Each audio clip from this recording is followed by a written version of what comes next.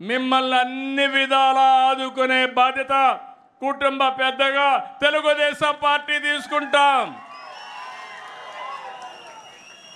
అదే సమయంలో మీకు గౌరవిస్తాం. వేదిక పై నుండి అందరికీ చెప్పాను, చెప్తూనే ఉన్నాను అందరు మంత్రులు కూడా, కార్యకర్త ఫస్ట్, నాయకుడు తర్వాత. నాయకులు వస్తూ ఉంటారు, కానీ కార్యకర్తలు మాత్రం శాశ్వతంగా ఉంటారు.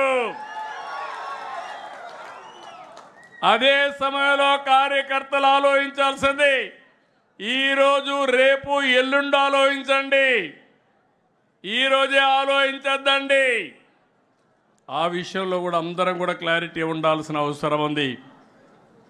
సంక్షేమ కార్యక్రమాలు, అభివృద్ధి కార్యక్రమాలు అందరికీ చేస్తాం, కానీ తెలుగుదేశం కార్యకర్తకు గుర్తింపిస్తాం, ఎన్డీఏ నాయకులు గౌరవిస్తాం, పనులన్నీ మీ ద్వారానే జరగాలనేది నా అభిమతం అని చెప్పి మరొక్కసారి మీకు తెలియజేస్తున్నా.